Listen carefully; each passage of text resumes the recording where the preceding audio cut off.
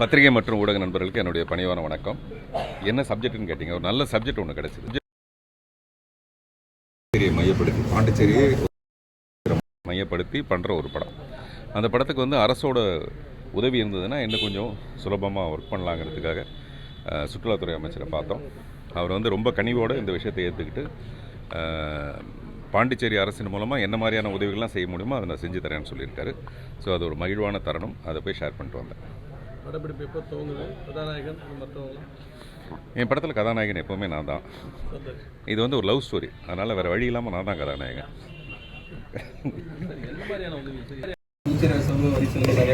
ஆமாம்,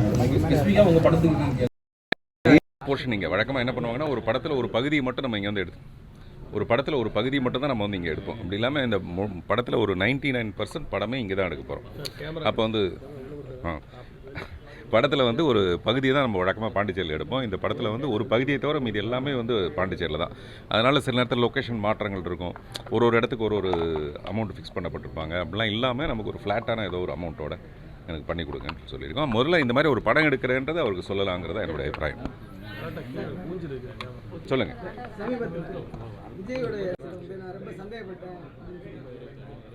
இல்லை, நான் சந்தேகப்படலைங்க. Silence please. நான் சந்தேகப்பட்டேன்னு சொல்லுங்கள். வழக்கமாகவே எந்த ஒரு நடிகர் வந்து கட்சி ஆரம்பித்தாலும் அவங்க மேலே ஒரு சந்தேகம் இருக்கும். அப்படியான ஒரு சந்தேகம் தான். எல்லா ஆரம்பத்தில் இப்படிலாம் இருக்கும்பா, கூட்டம் வரும், ஆனால் அதுக்கப்புறம் இவங்க நிலைப்பாங்களான்ற ஒரு சந்தேகம் ஒன்று வரும். அப்படி நம்ம சந்தேகப்பட வேண்டாம். வரவங்களெல்லாம் நம்ம என்கரேஜ் பண்ணுவோம். இது ஒரு ஜனநாயக நாடு. யார் வேணாலும் இங்கே அரசியலுக்கு வரலாம், யார் வேணாலும் சிஎம் ஆகணும்னு ஆசைப்படலாம். அதில் ஒன்றும் தப்பு கிடையாது. அதனால் அவரை நம்ம அலோவ் பண்ணுவோம். முதல்ல அவருடைய வேகத்துக்கு போட்டோம். அப்புறம் தடை இருக்குமா இருக்காதுன்னா தடை டெஃபினட்டாக இருக்கும். நீங்கள் தாண்ட போகிறது சாதாரண இடம் கிடையாது. ஒரு பெரிய அரசியலில் ஒரு இடத்துக்கு போகிறீங்கன்னா தடை இல்லாமல் இருக்காது. நீங்கள் ஜல்லிக்கட்டுலேயே அவ்வளோ தடையை தாண்டி தான் அந்த மாடு பிடிக்க வேண்டியதாக இருக்கும்போது மினிஸ்ட்ரி பிடிக்கிறதுன்றது எவ்வளோ பெரிய விஷயம். அதனால் அந்த தடைகளை தாண்டணும். தடையை தாண்டினா தான் அது சேலஞ்ச். அதுதான் ரியல் தலைவனுக்கான அழகு. அதனால் அதெல்லாம் கரெக்டு தான் நான் சொல்லியிருந்தேன். ஆளுங்கட்சி ரொம்ப கடுமையாக விமர்சனம் பண்ணுறேன். நானா? அவரா? அதையும் ஒரு தடவை சொல்லியிருந்தேன். நீங்கள் வந்து ஆளுங்கட்சியை விமர்சனம் பண்ணால் தான் அடுத்த இடத்துக்கு வர முடியும். அது மக்கள் தரங்க எம்ஜிஆரும் அதை தான் பண்ணார். கலைஞரும் அதை தானே பண்ணியிருப்பார். காங்கிரஸுக்கு எதிராக அவர் எவ்வளோக்கு எவ்வளோ பேசினாருங்கிறத பொறுத்து தான் அவர். ஏன்னா இதை தாண்டி நாங்கள் வேறு ஒன்று செய்ய போகிறோம்னு சொல்லிட்டு தானே அவங்க வருவாங்க. இப்போ போய் அப்படியே பம்மிக்கிட்டு இல்லைங்க இவங்க பண்ணுறது நல்லா இருக்கு, அவங்க பண்ணுறது நல்லா இருக்குன்னு ஒரு நியூட்ரலாலாம் ஒரு தலைவர் வர முடியாது. ஒரு தலைவன் வரணும்னா டெஃபினட்டாக அப்படி தான் வரணும். நான் சொல்கிறது வந்து இது எல்லாத்தையும் நான் பொதுவாக ரசிக்கிறேன். நான் வந்து ஒரு கட்சி சார்ந்தவங்க கிடையாது. இது பல தடவை சொல்லியிருக்கேன். ஆனால் என்ன வேணால் நான் விஜயை சப்போர்ட் பண்ணும்போது உடனே விஜயை சப்போர்ட் பண்ணுறதில்ல. யார் வந்தாலும் நான் அப்படி தான் செய்வேன். முதல்வர் ஸ்டாலின் அவர்களுக்கு வந்து நான் ஒரு மஞ்சள் துண்டை போற்றி நீங்கள் தான் அடுத்த தலைவர்னு கோயம்புத்தூரில் ஒரு நிகழ்ச்சியில் சொன்னேன். அப்போ அது ரொம்ப சென்சேஷனலாக இருந்தது. அந்த மாதிரி யார் வந்தாலும் நான் அப்படி தான் பாராட்டுவேன். உடனே விஜய்கிட்ட அவர்கிட்ட நான் ஏதோ 2 பெட்டி வாங்கின மாதிரி அர்த்தம் கிடையாது. அதே மாதிரி நீங்கள் விஜய் கூப்பிட்டா போவீங்களான்னா போக மாட்டேன்னு சொன்னேன். ஸ்ட்ரிக்டாக நான் போக மாட்டேன்.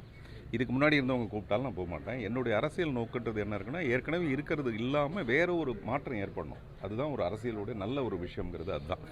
அது என்னால் பண்ண முடியுமான்னு பார்த்தா எனக்கு இப்போ இருக்கிற கவனம்லாம் சினிமா மேலே மட்டும்தான். அதனால் அது சின்ன வயசு தானே ஆகுது. இன்னும் கொஞ்சம் பெரிய வயசானதுக்கு அப்புறமேல அதுக்கப்புறம் வந்து நம்பிக்கை இல்லை. அதுதான் உண்மையும் கூட. விஜயோடைய அரசியலையும் நீங்கள் மாற்றணுங்கிறீங்க, எல்லாத்தையும் பார்க்குறீங்க. இல்லை, அவர் எனக்கு தெரிஞ்ச 2 மேடை தான் ஏறி இருக்காரு இது வரைக்கும். ஒரு மேடையில் சென்சேஷனலாக அவர் பேசினதெல்லாம் நமக்கே ரொம்ப ஆச்சரியமாக இருந்தது. இப்போ நான் பேசுகிறேன்னா யாரும் ஆச்சரியப்பட மாட்டாங்க. நம்ம நல்லா பேசுவோன்ற மாதிரி பதிவாயிடுச்சு. அது நமக்கு பெரிய மைனஸ். பட் விஜய் வந்து இவ்வளோ நாள் பேசாமே இருந்து அந்த மேடையில் வந்து கொஞ்சம் கூட தவறு இல்லாமல் பேசினோன்னா எல்லாருக்கும் ஒரு பயங்கர ஆச்சரியம். பரவாயில்ல, ஏன்னா நம்ம நாடு எப்படின்னா பேசியே முன்னுக்கு வந்த நாடு இது. அரசியல்னால் பேச்சுன்னு அர்த்தம். அதனால் அந்த பேச்சுக்கும் அவர் தகுதியாக இருக்கார் விஜய். அப்புறம் 2வது மேடை 2 தான் நடந்திருக்கு. அதனால் இதுக்குள்ளே நம்ம அதை தீர்மானிக்க முடியாது. எப்போவுமே இந்த கூட்டம் கூடுறது வந்து ஓட்டாக மாறுமாங்கிறது மிகப்பெரிய ஒரு ஆச்சரியமாக தான் இருக்கும். இது வரைக்கும் நிறைய பேர் வந்திருக்காங்க, இவரும் வராரு, என்ன நடக்குதுன்னு பார்ப்போம். அதேமாதிரி சார் சார் பெரியார் குறித்த கருத்துக்கள் வந்து ஏன்னா என்ன வரேன் பெரியார் குறித்த கருத்துக்கள் வந்து ரொம்ப சர்ச்சை ஆகிட்டு வருது. இது ஒரு எழுத்தாளராக எப்படி சார் பார்க்குறீங்க? பெரியாருங்கிறது நம்மளுடைய இந்த பாரம்பரியத்திலையும் நம்மளுடைய சமூகத்திலையும் ஒதுக்கவே பட முடியாத, நீக்கவே பட முடியாத ஒரு விஷயம். அதை வந்து எதிர்கருத்து சொல்கிறதுக்கு பின்னாடி வேறு ஏதாவது ஒரு அரசியல் இருக்கலாம், நமக்கு அது தெரியல. நான் என்ன சொல்கிறேன், யாரோ ஒருத்தர் சொல்கிறத பொறுத்துட்டு அதுக்கு பதில் சொல்ல முடியாது. பெரியாருங்கிறது நமக்கு எப்போவுமே பெரியார் தான். அதில் சிறிய கருத்து வேறுபாடு கூட இல்லை நமக்கு. ஜனநாயகன் படத்தில் எம்ஜிஆர் போல வந்து சாட்டை சொல்கிறாரு, எப்படி பார்க்குறீங்க? அரசியலுக்காக முன்னெடுப்போம். இல்லை, நம்ம எப்போவுமே என்னென்னா ஒரு படத்தில் ட்ரைலர் எப்படி இருக்குன்னு பார்ப்போம், பார்த்துட்டு தான் படமே பார்ப்போம். இப்போ இது வந்து ஒரு ட்ரைலர் மாதிரி ஜனநாயகன்ற படம். அதில் எனக்கு சந்தோஷம் என்னென்னா, என்னுடைய உதவியாளர் தான் வினோத், என்கிட்ட ஒர்க் பண்ணவர். அவர் தான் அந்த படத்தை டைரக்ட் பண்ணுறாருங்கிறது எனக்கு ஒரு பெருத்த மகிழ்ச்சி. விஜயோட கடைசி படத்தை நம்ம உதவியாளர் வந்து டைரக்ட் பண்ணுறாரு. ஏன்னா அந்த ஜனநாயகன் டைட்டில் நல்லாயிருக்கு, அந்த சவுக்கு வச்சுட்டு இருக்க போஸ்டர் நல்லாயிருக்கு. இது எல்லாமே அரசியலுக்கான ஒரு ஆரம்ப ட்ரைலர் நான் நினைக்கிறேன். அதனால் பாராட்டும். திரைப்படங்களுக்கு தமிழ் பேர் வைக்கிறது இல்லை, இன்னொன்று பழைய படங்கள் வைக்கிறாங்க. இப்போ பராசக்தி, நான் மகனல்ல, இந்த மாதிரி நல்ல படங்கள் அந்த படத்தோட பெயர் மங்குற மாதிரி இருக்கா? அதோட புகழ் மாறுமா? எனக்கு தெரிஞ்சு பராசக்தினா நமக்கு ஞாபகத்தில் இருக்கிறது அந்த ஒரு படம் மட்டும்தான்.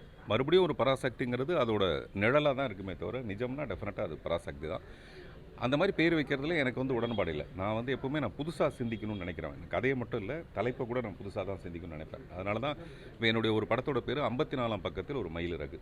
நான் இங்கே ஷூட் பண்ணலாம் நினைக்கிற ஒரு படத்தோட பேர் 54ஆம் பக்கத்தில் ஒரு மயிலிறகு. மயிலிறகுன்றது ஒரு பெண், 54ஆம் பக்கன்றது என்னுடைய வயசு. ஸோ இது கலந்து ஒரு காதல் கதை.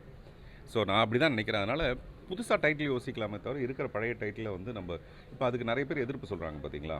அது வந்து என்னென்னா, பராசக்தினா நம்ம மனசில் கலைஞர் ஐயா, அவர் தான் ஞாபகத்தில் இருப்பார். அதுக்கு மேலே நம்ம அதில் கருத்து சொல்ல விரும்பல. சரிங்களா? நன்றிங்க, நன்றி.